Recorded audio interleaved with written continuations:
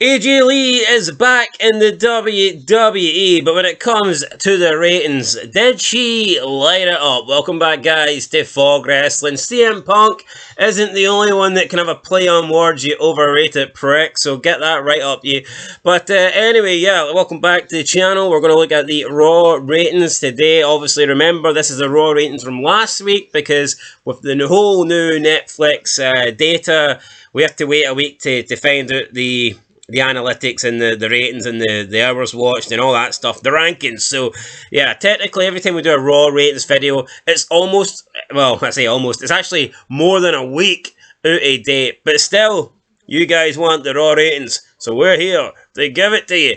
Now, this Raw it's an interesting one in terms of the ratings and the numbers, because it's the first Raw since the return of AJ Lee, and everyone was talking, oh my god, AJ Lee's back, she's a star, she's a mega star, she got over 100 million views.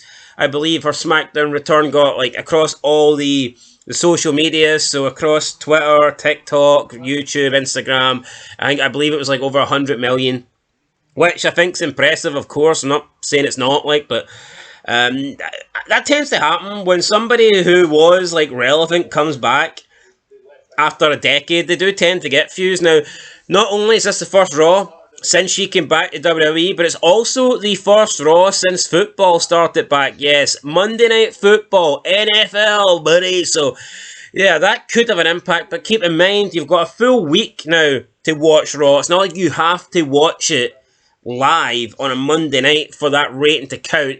With the new current format, you can watch Raw on Tuesday, Wednesday, you can watch Raw on Friday, Saturday, Sunday, and that will count towards the rating. So it's not like you need to watch it on a Monday. So I don't think Monday Night Football will have that much of an impact. But the rating for last week's Raw is in the 9th of September 2025, and it got a 2.6 million. Now, let's keep it real.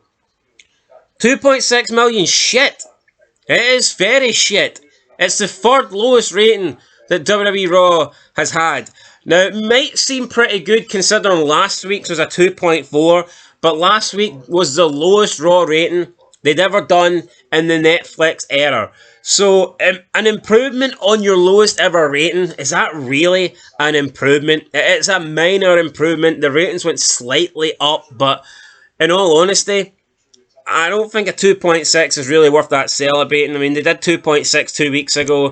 2.6, like I said, they've did a 2.5, they've did a 2.4, and now they've did a 2.6. So they've only did a 2.4 once, and they've only did a 2.5 once. So that would actually make 2.6 the third lowest rated, the third lowest joint rated show of all time in the Netflix era. And in my opinion, that isn't very good. The runtime for Raw was 108 minutes. There was 5.1 million hours viewed. The Netflix weekly global rank was number 8. And the Netflix weekly US rank was number 6. And number 6 is one of the lowest ratings that they've had. I believe it's actually the second lowest rating. I think they've had an 8 in the weekly USA ratings. But yeah, globally, they're not doing that good. 8 is around about where they come sometimes. I've had a few 9s in there. They've never been off the weekly rankings, as far as I'm aware, so I think Raw every single week has still been in the top 10 Netflix global rankings. If I'm wrong, then somebody let me know, but I think it's only a matter of time before we do see Raw drop off the Netflix weekly global rankings. But at the same time, you need stuff on Netflix. If there's no new shows uploaded onto Netflix, then Raw's always going to be there. But anyway, let's look at the clips then, and I don't know why that one on the top left is small compared to the others, but here we go. It's showtime, as Sting would say. So in first place, we've got the full segment. AJ Lee and CM Punk challenge Becky Lynch and Seth Rollins, 2.9 million. I'll give credit where credit's due. That's a decent number. That's a good number. Not many people in wrestling can get that kind of number. That number we've seen in recent years. It's been reserved for The Rock. It's been reserved for John Cena. It's been reserved for Roman Reigns and the Bloodline. When Punk came back, he was getting those kind of numbers.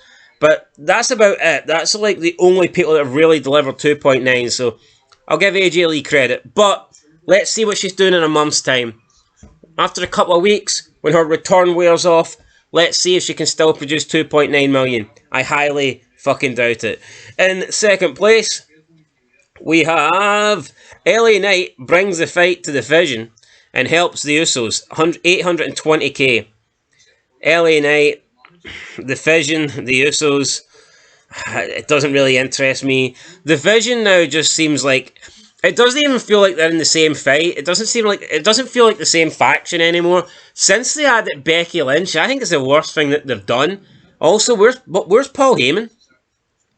Doesn't make a lot of sense to me. It doesn't feel like the same faction. It just feels like they've split into two tag teams, Becky and Seth, and then obviously the two Brawns. That's what it seems like to me.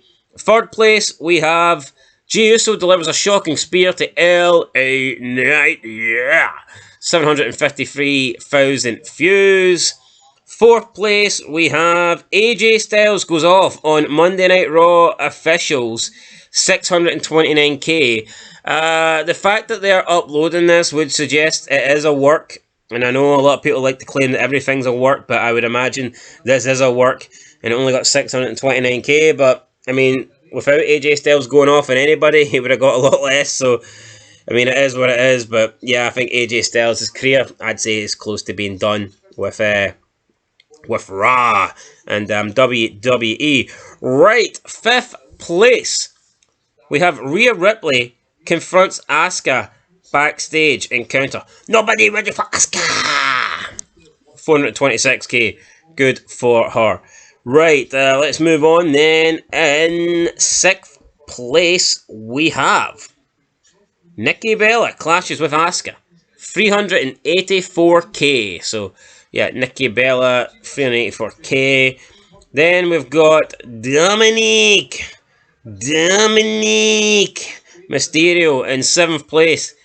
383k. Dominic Mysterio calls it Finkinko before worlds collide. This looks like it happened during the break, so we didn't get to see this on Raw.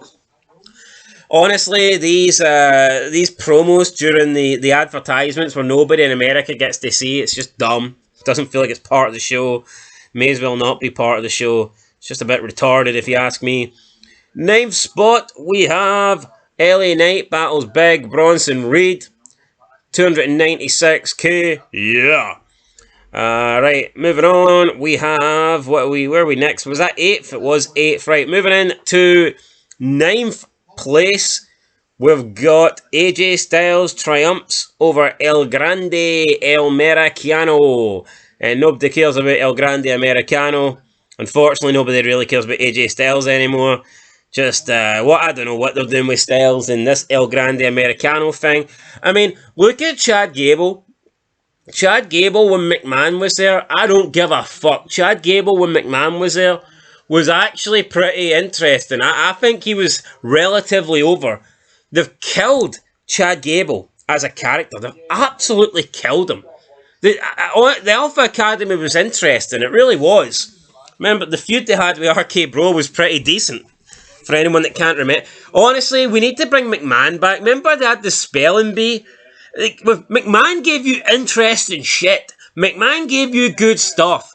Triple H gives you fuck all. He just gives you boring in-ring wrestling and crappy fucking serious I am the better wrestler. You're not a better wrestler than me. I will beat you at Sunday. That's it. That's the promos you get with WWE and Triple H in charge. Fucking garbage. Right. 10th spot. Rusev crushes Penta in a thrilling match. 204k. But Penta's a megastar. Well, megastars don't beat the god. Yeah, none of them are true, by the way. Penta's not a megastar, and Rusev is the furthest thing from a god. He's a fraud, god damn it. Yeah, Rusev fucking sucks. And in last spot, 11th spot, Raquel Rodriguez brutalizes Lyra Valkyria in a statement win. This got 194,000 views. Under 200k, I think it's fair to say. Nobody cares. And that is it, guys, for your WWE Raw ratings. Like I said, they did a 2.6. It's a really bad rating, but because it comes a week after the lowest rating, people will say, well, it's up, it's improved, AJ's a star, AJ's a draw.